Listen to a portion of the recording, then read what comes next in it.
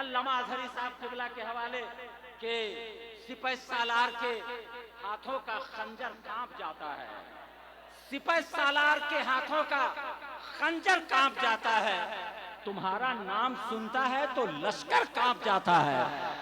اور خاموشی کو کبھی بھی بزدلی کا نام مت دینا، اگر یہ بول پڑتے ہیں سکندر کانپ جاتا ہے، اگر یہ بول پڑتے ہیں سکندر کانپ جاتا ہے۔ اور بس یہ گزارش ہے کہ حضور عرس کمیٹی اور حضور جانشین قائد اہل سنت اہل جمشید پور ابناء قدیم و جدید کی جانب سے بس یہ 2 مصرے علامہ مفتی سلمان اظہری صاحب قبول فرما لیں۔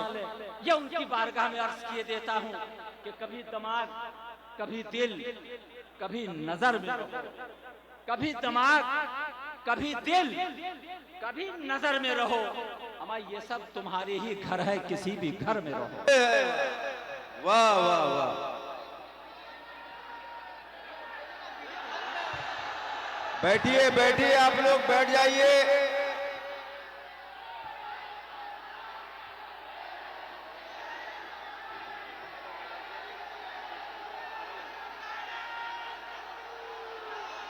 یہ ہمارا داماد بھی ہے، ان کا بیٹا ہے۔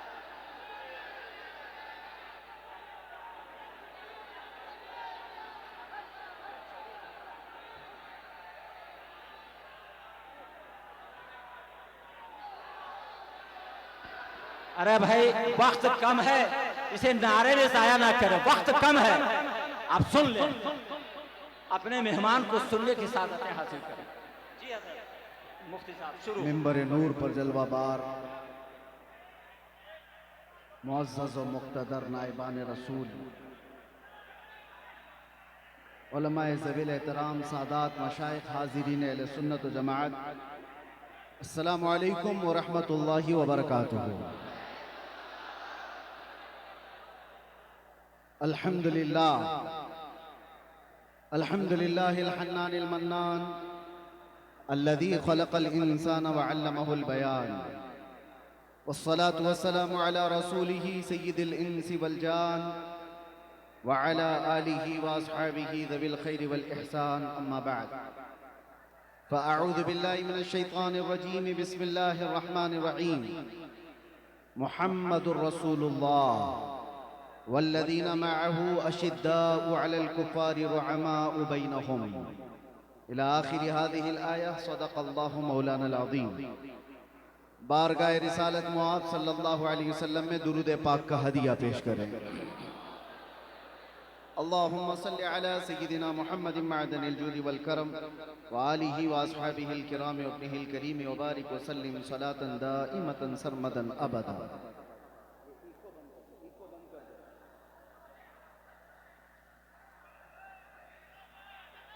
بہر دیدار مشتاق ہے ہر نظر، دونوں عالم کے سرکار آ جائیے، چاندنی رات ہے اور پچھلا پہر، دونوں عالم کے سرکار آ جائیے، سدرۃ المنتہا عرش و باغ ارم، ہر جگہ پڑ چکے ہیں نشان قدم، اب تو ایک بار اپنے غلاموں کے گھر دونوں عالم کے سرکار آ جائیے۔ ہلو، سنا ہے آپ ہر عاشق کے گھر آپ لوگ تشریف ذرا لاتے ہینگر سے ہیں۔ نیچے اتر جائیے، ہم معافی چاہیں گے حضرت، تھوڑا لوہا کا پنڈال ہے، تار اگر کسی کو بھی کچھ ہوا تو اس کا ذمہ وار ہم لوگ نہیں ہوں گے۔ آپ لوگ لوہا کا فریم سے نیچے اتر جائے، بڑی مہربانی ہوگی۔ کہیں سے بھی کوئی تار اگر گراؤنڈ کیا تو پورا لوہا کا پنڈال ہے، اس میں پورا کرنٹ آ جائے گا۔ آپ لوگ سے بار بار ریکویسٹ کر رہے ہیں، گزارش کر رہے ہیں۔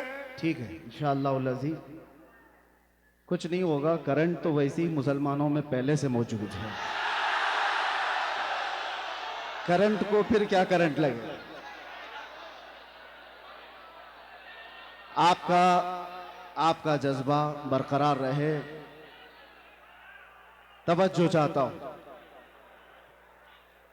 اور یہ جو جوش اور یہ جو جذبہ ہے کسی کے اعلان سے ختم ہونے والا بھی نہیں، ہمیں پتہ ہے، ہر دن ہم دیکھتے آ رہے ہیں اس لیے کہ دیوانگی اور وہ بھی حضور پاک صلی اللہ علیہ وسلم کے نام پر ہو، پوری دنیا اپنی طاقت جمع کر کے بھی اس دیوانگی کو روک نہ سکی۔ 14 صدیاں گزر گئی ہیں، اس طوفان کا راستہ کوئی روک نہ سکا۔ اسی کو اقبال نے بہت پہلے ہی کہا تھا، تھمتا نہ تھا کسی سے سیل رواں ہمارا، کچھ بات تو ہے کہ مٹتی نہیں ہستی ہماری، صدیوں رہا ہے دشمن دور زماں ہمارا۔ میرے عزیزو، آج ہم عرس قائد اہل سنت میں حاضر ہیں۔ آپ حضرات جس انداز سے بھی سننا چاہیں میں سناتا ہوں، کھڑے ہو کر کے، بیٹھ کر کے، سو کر کے، جس طرح سے بھی ہے، اور خاموشی سے یا چیختے چلاتے، آپ کی اپنی مرضی کے مطابق۔ اب یہاں پر کسی کو کیا کہیں کہ بیٹھ جاؤ، جگہ ہو تو بیٹھے، کہیں جگہ ہے ہی نہیں تو کیا بیٹھا ہے، اس لیے جو جہاں کھڑے ہیں وہیں کھڑے رہیں۔ ہاں اتنا میں کہہ سکتا ہوں کہ کرسی والے کرسی چھوڑ دیں تو اچھا ہوتا ہے۔ ہم بھی بہرحال ایک بار درود پاک پڑھ لیں۔ اللہم صلی علی سیدنا محمد معدن الجود والکرم وآلہ واصحابہ الکرام وابنہ الکریم وبارک وسلم۔ میں بیان کے لیے آ رہا تھا، اس سے قبل ہی مجھے بیٹھ جائیے۔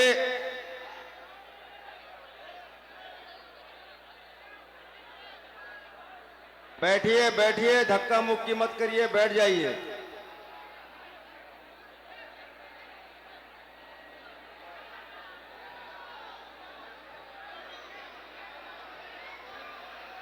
ارے بھائی آپ بیٹھیے تو، ارے اپنے مہمان کی قدر کیجئے، بیٹھ جائیے۔ آپ مہمان آپ سے مخاطب، بیٹھ جائیے، بیٹھیے، جلدی کیجئے، 1 سیکنڈ میں بیٹھ جائیے، جلدی کیجئے۔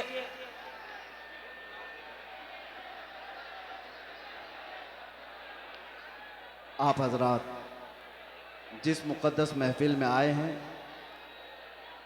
اس کی طرف توجہ کرتے ہوئے، اور خاص طور پر یہ ممبر جو ہوتا ہے یہ ممبر رسول کہلاتا ہے۔ میں تمامی نوجوانوں سے کہتا ہوں کہ ادب اگر برقرار نہیں ہے تو پھر اس طرح کے جلسے میں حاضر ہونے کا مطلب بھی نہیں نکلتا، واہ، کوئی فائدہ نہیں ہوتا۔ یہی وجہ ہے، مجھے ابھی آنے سے پہلے ہی ہمارے اسیر مفتی اعظم ہند سعید نوری صاحب قبلہ نے کہا تھا تھوڑا ٹھنڈی تقریر کیجیے۔ اب آپ مجھے بتائیں ایسے ماحول میں کون ٹھنڈی تقریر کرتا ہے؟ واہ واہ واہ واہ۔ اور اسی وجہ سے ہم جلسوں میں جانا کم بھی کر چکے ہیں کہ یہ مجمع سنبھلنے کو سنبھلتا نہیں اور وقت ضائع ہوتا چلا جاتا ہے۔ بہرحال آج جس قائد اہل سنت کے عرس میں ہم حاضر ہیں، میں تھوڑا ہی وقت لوں گا۔ ایک ہی بات میں کہوں گا، پچھلے 3 دن سے آپ نے ان کی سیرت پر بہت کچھ سنا ہوگا، علماء، خطبہ، شعراء یہاں پر بہت ساری چیزیں آپ کو سنا کر جا چکے ہیں، لیکن میں اپنی زندگی میں آج محسوس کرتا ہوں، پل پل گھڑی گھڑی اگر کسی کی یاد آتی ہے مشکلات میں تو وہ ارشد القادری جیسے قائد کی یاد آتی ہے۔ آج امت کو جس قائد کی ضرورت ہے وہ ارشد القادری جیسا قائد تھا، جو علماء کو متحد کرے، مربوط کرے، سیاست میں ہماری قیادت کو ایک نام تک پہنچائے، ہمارے ملی مسائل کو کمرے کے اندر بیٹھ کر کے حل کر سکے، وہ ایک دوسرے پر تیکھے نشانے کرنے والوں پر جا کر کے صلح و مصالحت کی بات کر سکے۔ وہ قائد آج ہمیں نظر نہیں آتا جو قائد اہل سنت کے اندر خوبیاں تھیں۔ حیرت ہوتی ہے کہ اتنے تبلیغی دور، اتنے تبلیغی سفر کرتے ہوئے وہ کتابیں کس وقت لکھتے تھے؟ ان کے قلم میں اللہ نے ایسی برکت رکھی تھی۔ ایک بات میں آپ کو بتاتا ہوں، اللہ تعالیٰ جس سے دین کی خدمت لیتا ہے اس کی زندگی کے وقت میں اللہ برکت دیتا ہے، وہ تھوڑے سے وقت میں بہت کچھ کام کر کے جاتا ہے۔ عام لوگوں سے یہ ممکن نہیں ہوتا۔ علامہ ارشد القادری علیہ الرحمت والرضوان نے جو ایک قیادت کا اچھا چہرہ پیش کیا، کاش آج امت کو پھر سے ایک ویسا قائد مل جائے۔ اہل سنت و جماعت کے درمیان ایک ایسا اونچا چہرہ جس کے زلزلہ اور زیر و زبر سے پوری دنیا آج تک کانپتی ہے، جس کا جواب نہیں دیا جا سکا ہے۔ آپ جمشید پور والے جو نئی نسل ہے، جو نئے نوجوان ہیں، ینگسٹرز، جنہوں نے اس قائد اہل سنت کو دیکھا نہیں ہے، آپ آج کی دنیا میں جی رہے ہیں۔ تمہاری یہ خوش بختی اور سعادت کی بات ہے کہ پوری دنیا میں جس نے اہل سنت و جماعت کا درد لے کر کے تبلیغی سفر کیے، وہ تمہاری زمین پر آرام کر رہا ہے، وہ اسی جمشید پور میں آرام کر رہا ہے۔ آپ کیا سمجھتے ہیں محلے میں بیٹھ کر کے 4 لوگوں کی اصلاح کر لینا یہ قیادت نہیں ہے؟ میں جا کر کے دیکھ کر کے آ رہا ہوں، مصر میں، ترکی میں، وہاں تک بھی یہ پہنچے ہوئے ہیں اپنے اہل سنت کا درد لے کر کے۔ حد تو یہ ہوئی کہ جب میں آپ کی تاریخ میں یہ پڑھا 1982 میں آپ تہران بھی چلے گئے، ایران، انقلاب ایران کے بعد جو ایران کے حالات سخت ہو گئے تھے۔ کیوں گئے میاں؟ آپ سنی عالم ہیں، شیعوں کے ملک میں کیوں گئے؟ اس لیے نہیں گئے تھے کہ شیعوں سے لفافے لے کر آئے اور اپنا محل بنائے، بلکہ اس لیے گئے تھے کہ تہران میں 5 لاکھ سنی مسلمان جیتے تھے، ان کے مستقبل کی فکر کر کے ہندوستان سے وہ ایران پہنچے تھے۔ ایران کے سنیوں کو ایک مسجد بنانے کی اجازت نہیں دی جا رہی تھی، تو درد ایران کے سنیوں کو نہیں، ہندوستان میں بیٹھے ارشد القادری کے دل دھڑک رہے تھے۔ امت کا درد ہو تو قیادت آتی ہے۔ اور ایک بات میں نے آپ ہی کے اشعار سے اپنی گفتگو کا آغاز کیا۔ سب سے میری پسندیدہ نعت اکیلے میں جب بھی میں سنتا ہوں، سب سے زیادہ الحمدللہ اعلیٰ حضرت کی نعتوں کے بعد ارشد القادری علیہ الرحمہ کی یہ نعت، اس لیے کہ ایسا ہے کہ یہ ہم جیل میں بھی گنگناتے تھے تو تسلی ہوتی تھی۔ بہر دیدار مشتاق ہے ہر نظر، دونوں عالم کے سرکار آ جائی، چاندنی رات ہے اور پچھلا پہر، دونوں عالم کے سرکار آ جائیے۔ یہ وہ کہتا ہے جس کا دل براہ راست مصطفیٰ سے جڑا ہوا ہوتا ہے، جس کی دل کی دھڑکنیں میرے آقا کے عشق میں دھڑک رہی ہوں، وہ اس طرح کی تمنائیں کرتا ہے۔ اور ایک بات میں آپ کو بتاؤں، بہت سارے لوگوں کو دیکھ کر کے آپ کمپیر نہ کرنا، جس کے سینے میں سچا عشق رسول ہوگا اس کے دل میں آٹومیٹک امت کا درد بھی ہوگا، یہ لازم چیز ہے۔ جو نبی سے بے پناہ محبت کرتا ہے، بائی ڈیفالٹ جس کو کہتے ہیں نا آٹومیٹک، اس کے اندر امت کی محبت اور امت کا درد آ ہی جاتا ہے۔ وہ ایسا نہیں ہے، ایسا نہیں ہے کہ امت کو توڑنے کی بات کر رہا ہوتا ہے اور رسول اللہ کی سیرت بیان کر رہا ہوتا ہے، جھوٹا ہوگا۔ نبی سے محبت کرنے والے کی سب سے پہلی علامت بیان کی گئی ہے، میرے آقا نے خود فرمایا من لم یہتم بامرنا فلیس منا، جو اس حال میں صبح کیا کہ میری امت کا خیال نہیں کیا وہ میری امت میں سے نہیں ہے۔ حضور نے فرمایا جو امت مصطفیٰ کا خیال نہیں کرتا، حضور فرماتے وہ مجھ میں سے نہیں ہے، اور جو رسول اللہ سے محبت کرتا ہے اسے امت کا درد ستاتا ہے، امت کا درد ستاتا ہے۔ علامہ ارشد القادری رحمت اللہ تعالی علیہ کی زندگی کو پڑھو اے نوجوانوں، کتنی جگہوں پر وہ سفر کرتے چلے گئے اس زمانے میں جب ٹیکنالوجی اتنے عروج پر نہیں تھی، اسباب اتنے نہیں تھے۔ آج ہمیں وقت بچانے کے لیے اتنے پاپڑ بیلنے پڑتے ہیں۔ میں اپنی بات کر رہا ہوں، میں کہیں جا کر کے اپنے سفر کی داستانیں نہیں سنانے کا قائل نہیں ہوں، لیکن پھر بھی میں آپ کو بتاؤں کہ سفر کو بچا بچا کر کے وقت کے لیے آج ہم اتنی کوشش کرتے ہیں، پھر بھی اپنے گھر کو وقت نہیں دے پاتے، اپنے گھر کے لیے وقت نکالنا مشکل ہو جاتا ہے، جبکہ آج پلینوں کا سفر کرتے ہیں، ادھر سے بیٹھے ادھر اترے۔ اور یہ وہ اشخاص، وہ نفوس قدسیاں ہیں جنہوں نے کئی دنوں تک بسوں کے اور ٹرینوں کے سفر کیے، اور پھر بھی امت کے درمیان جا کر کے خدمت اسلام کا وہ حق ادا کیا جو آج پلینوں کا سفر کر کر کے بھی 100 لوگ نہیں ادا کر سکتے، نہیں کر سکتے۔ وہ درد تھا امت کا۔ میں میرے والد گرامی رحمت اللہ تعالی علیہ سے علامہ ارشد القادری رحمت اللہ علیہ کے متعلق بہت بچپن میں سنا تھا،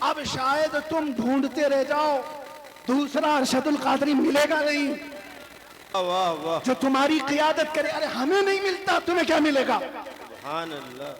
درد ہے، اس لیے بول رہا ہوں، درد ہے کہ ان معاملات میں، امت کے معاملات میں جو اپنے گھر سے نکل کر کے ہر جگہ جاتا تھا، وہ کون ہے آج؟ کون ہے؟ مدارس اسلامیہ پر کچھ آنچ آئے تو کوئی بات کرنے والا؟ سبحان اللہ. پچھلے 1 سال سے زیادہ ہو گیا ہوگا، الجامعۃ الاشرفیہ مبارک پور جو ازہر ہند کہلاتا ہے، کس طرح کی مصیبتوں سے گزر رہا ہے سارے علماء کو پتا ہے، سارے علماء جانتے ہیں. جامعہ اشرفیہ مبارک پور جس نے ہندوستان کو بڑے بڑے قائدین دیے، علامہ ارشد القادری بھی اسی کے خوشہ چین ہیں. آج اشرفیہ کے اوپر کیا حالات ہیں آپ کو پتا نہیں ہے؟ علماء تو جانتے ہوں گے. حکومت کی کیسی سختیاں ہیں، بنا تنخواہ لیے ہوئے وہ کئی مہینوں سے وہاں خدمت کر رہے ہیں، ان کی تنخواہیں بند کر دی گئی،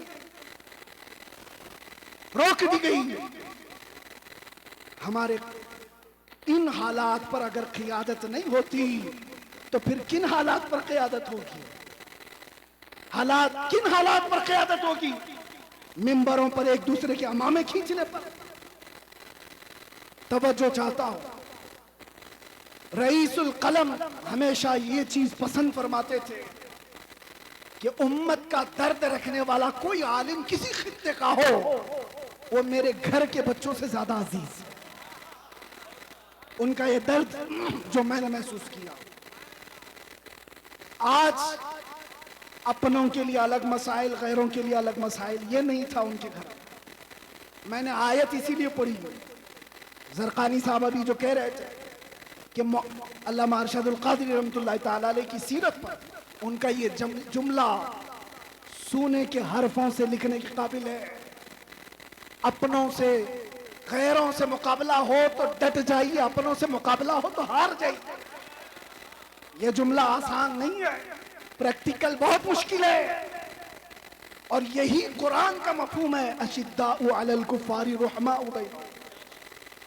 صحابہ کی یہی صفت تھی، وہ سخت تھے تو غیروں کے لیے، اور آپس میں نرم دل تھے. ایسے نرم دل، ایسے رحم دل تھے. سختی ان لوگوں پر کرنی چاہیے تھی جو میرے نبی کی شان میں بھونکتے ہیں، نہ یہ کہ مسلمانوں کے لیے. جب سے یہ چیزیں ہمارے اندر بدل گئی تو ہمارے حالات بھی ایسے تتر بتر ہو گئے. آج دیکھو کوئی بھی آ کر کے ایک چھوٹا سا لیڈر بھی مسلمانوں کی چھوٹی سی ٹکڑی کو کاٹ کے لے کے چلا جاتا ہے. ہر جگہ یہی حالات ہے، ہر جگہ یہی حالات ہے. مجھے کس مسئلے پر بات کروں یہ سمجھ میں نہیں آتا. مسلمانوں کے جو معاملات، نشہ اتنا زیادہ عام ہے کہ ان کے نشہ خوری پر بات کریں، زنا بڑھتا جا رہا ہے اس پر بات کریں، عورتوں کی بے حیائی عروج پر آ گئی اس پر بات کریں، ایجوکیشن میں اتنے پیچھے ہو گئے اس پر بات کریں. سمجھ میں نہیں آتا. 1000 مسائل ہیں ہمارے، کن مسائل پر بات کریں؟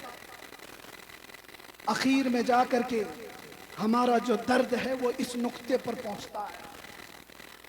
ان کو ایک ایک مسئلے کا علاج کرتے رہو گے، زندگی تمام ہو جائے گی، بیماریاں بڑھتی چلی جائیں گی. بیماریاں بہت ہیں لیکن علاج ایک ہی ہے. امت مصطفیٰ کا علاج ایک ہی ہے، وہ علاج کا نام ہے کہ محمد سے وفا تو نے تو ہم تیرے ہیں. وہ ایک ہی علاج. آج امت کو ان قدموں سے جوڑنے کی ضرورت ہے. جب جب حلقوں کی بات ہوتی ہے، جب جب اپنے اپنے خاص جماعت کی بات ہوتی ہے تو امت بار بار جھگڑے کرتی ہے. جماعت سے مراد میں اہل سنت کی بات نہیں کر رہا ہوں، صرف پیروں کے اپنے حلقوں کی بات. یہ پیر کا مرید اس سے نہیں مل سکتا، وہ پیر کا مرید اس سے نہیں مل سکتا، ان سے سلام اس کا نہیں، اس کا سلام اس سے نہیں. اس منبر پر آج دیکھیں آپ علماء کرام، میرا حسن زن یہ کہتا ہے، زرقانی صاحب اس کی تائید کریں، ارشد القادری رحمت اللہ علیہ کے عرس میں یہاں کسی ایک پیر کا مرید عالم نہیں بیٹھا ہے، صرف ارشد القادری رحمت اللہ علیہ کے مریدین نہیں ہیں، سارے سلسلے کے جمع ہوئے، اس لیے جمع ہوئے ہیں کہ انہوں نے ارشد القادری رحمت اللہ تعالیٰ علیہ کی سیرت کو دیکھا ہے کہ یہاں پر چھانٹا نہیں جاتا، یہاں پر جمع کیا جاتا، اس لیے جمع ہوئے۔ باقی تو ڈر لگتا ہے، ان کے بھی اسٹیج خاص ہیں، سب کے ہمیں پتہ ہے، میں کھل کر بول رہا ہوں، سب خطیبوں کے سب شاعروں کے اسٹیج خاص، اس اسٹیج والا اس اسٹیج پہ نہیں جائے گا، ہیں سنی، ان کے بٹے ہوئے ہیں، لیکن میرے عزیزوں علامہ ارشد القادری رحمت اللہ تعالیٰ علیہ کے زمانے میں بھی اور ان کی حیات کے بعد بھی آج یہ منبر گونا گو خصوصیات کے ساتھ جو جمع ہے، کاش امت کے تمام سنی علماء کا اتحاد اور قیادت زندہ ہو جائے۔ میرا وجدان کہتا ہے پورا ہندوستان تو چھوڑو، جمشید پور کے سنی اکٹھا ہو جائے، ہندوستان کو ہلانے کے لیے کافی ہو جائے۔ زندہ باد زندہ باد کیا سمجھتے ہو؟ زندہ باد، نعرہ تکبیر، نعرہ رسالت، عرصہ حضور قائد اہل سنت حضرت علامہ مفتی سلمان اظہری صاحب قبلہ، نعرہ تکبیر، نعرہ رسالت۔ میں نے سنا تھا منبر پر، ہو سکتا ہے کہ بہت زیادہ بھیڑ بھاڑ کی وجہ سے نظم و نسق خراب ہوا ہو، زرقانی صاحب یہاں پر بہت سارے اصول رکھتے ہیں، ان اصولوں میں یہ بھی میں عرض کیے دیتا ہوں کہ جس کا عرس ہو رہا ہے اسی کا نعرہ لگائے، یہاں جو کھڑا ہے اس کا نعرہ نہ لگائے، ہونا یہ چاہیے، ہمارے مرنے کے بعد پھر لگائے۔ یہیں سے تو شخصیت پرستیاں شروع ہو رہی، مجھے کم لقب دیا، مجھے چھوٹے نام سے بلایا، پوسٹر میں میرا نام وہاں چپکایا ہے، انہی معاملات میں تو ہیں۔ میں کتنے لوگوں کو جانتا ہوں چھوٹے نام کی وجہ سے اور پوسٹر میں ادھر ادھر ہو جانے کی وجہ سے ان کی برہمی آسمان پر ہے، اور کوئی سالوں سے جیل میں سڑ رہا ہے، ایک بار ماتھے پہ شکن نہیں آئی۔ درد اگر تمہاری اپنی عزتوں کا ہے تو تمہاری عزتیں نیلام ہو جائیں گی، اور درد اگر امت کا ہے ہر دن تمہاری عزت بڑھائی جائے گی، ہر دن عزت بڑھائی جائے گی۔